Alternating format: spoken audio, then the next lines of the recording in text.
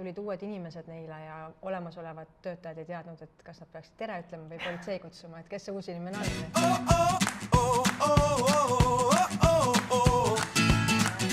Et kui teie hakkasite tegema Glenbeati ja sellist onboardimise tarkvara, siis sa ütlesid, et sa päris palju uurisid ettevõtteid ja inimesi, et kuidas nad seda teevad ja mis seal valesti võib minna. Mis see kõige põnevam avastus oli, mis ta enda jaoks näiteks avastasid? Ja me tegelikult peaaegu 100 ettevõttes tegime seda uuringut, et kuidas nad onboardid inimesi, mis need nagu head ja vead on. Ja kõige suuremad vead on ikka need, et ei ole näiteks esimesel päeval inimesel kedagi vastas, et ta jäetakse näiteks mitmeks tunniks üksinda või siis näiteks ta reaalselt ei tea, mida ta tegema peab esimesel päeval.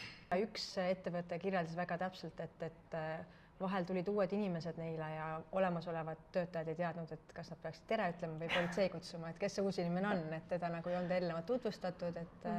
Millest need vead tulevad? Et kas see on sellest, et ei osata, on see sellest, et on lihtsalt nii kiire kogu aeg? Ei, sellel on väga kindel põhjus. Tuli välja see, et me uurisime, et kes siis reaalselt on selle onboardingu boss, et kes reaalselt vastutab onboardingu eest.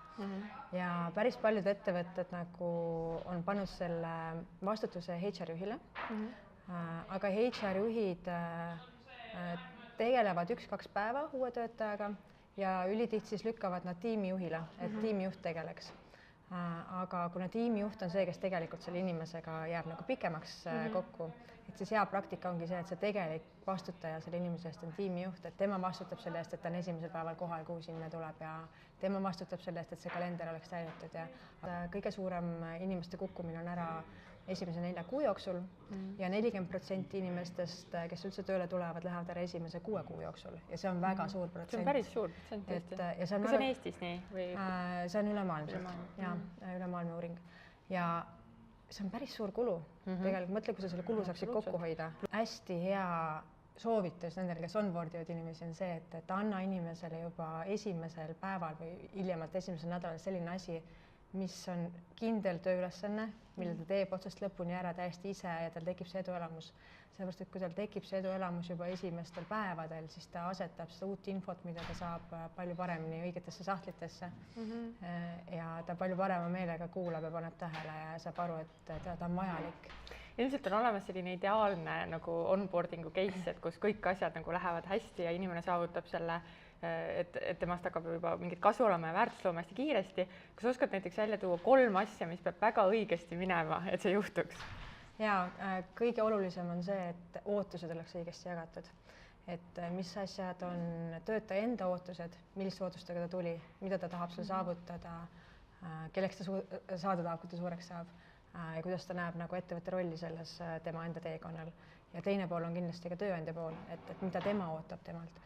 Et see, kui sa annad töötajale ette tema töökirjelduse, see ei ole piisav, et sa pead tegema avatud näost näkku vestluse ja nagu inimlikult läbi rääkima need ootused. Ja üks oluline asi on ka nagu usalduse loomine, et see usalduse loomine hakkabki sellest ootuste jagamisest ja esimesest päevadest pihta. Ja inimesed jõuavadki oma täispotentsiaalini võimalikult kiiresti siis, kui neil on loodud usalduslik suhe oma juhiga. Räägi, mida Glenbeat siis teeb? Ja Glenbeat tegeleb onboardingu tarkvara loomisega ja onboardimine siis eesti keeles on pardumine, tööle tulemine, et kuidas sa suudad töösse sisse elada võimalikult hästi. Onboardingut on 3 erinevat liiki. Et üks asi on see tehniline onboarding, kui sa tuled tööle, siin on sinu arvuti, siin on sinu töölaud, siin on sinu võtmed, et lill. Siin on sinu lill, siin on parkimisplats, et niimoodi siit uksest sa saad sisse. Et see on selline hügieenitase, mis tavaliselt ettevõtetes ikka tehakse ära esimesel päeval. Seda me katame väga hästi. Lisaks sellele on töösse onboardimine. Mis on sinu tööülesanded, mis on eesmärgid, mis on need ootused, et sa saaksid oma töösse võimalikult kiiresti sisse elada. Ja 3. ongi siis see sotsiaalne onboardimine, et kuidas tekitada inimestes see tunne, et ta on oodatud, vajatud ja et tal on mõttekaaslasi ja sarnaseid inimesi. Me teeme selliselt, et me laseme inimestel need oma huvid ära märkida ja me matchime neid omavahel selliselt, et sa näeksid, kes on sulle kõige sarnasemad inimesed ettevõttes. ja neid mängulisi elemente on veel. Mõni ettevõte tahaks Glenbeati kasutama hakata, kui palju see endalt alguses näiteks mingisugust energiat või aega võtab, et kuna seal on nii palju sellist infot, mida on ettevõtte poolt ju teile vaja, et kas te aitate seda ise kuidagi kokku panna või seda peab ettevõte kuidagi ise tegema? See täitsa oleneb ettevõttest, et osadel ettevõtetel on endal, nagu ma ütlesin, see Exceli tabel, mida nad juba kasutavad, kus neil on kirjas kõik need astmed, mida nad tegema peavad.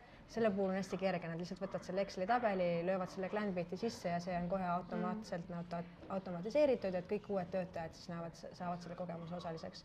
Aga need, kellel seda veel ei ole, et kes mõtlevad, siis meil on tööl selline inimene nagu Organization Behavior Analyst, kes on psühholoogia taustaga, kes tunneb inimesi ja organisatsiooni kultuuri ja kellega me koos ehitamegi neid üles.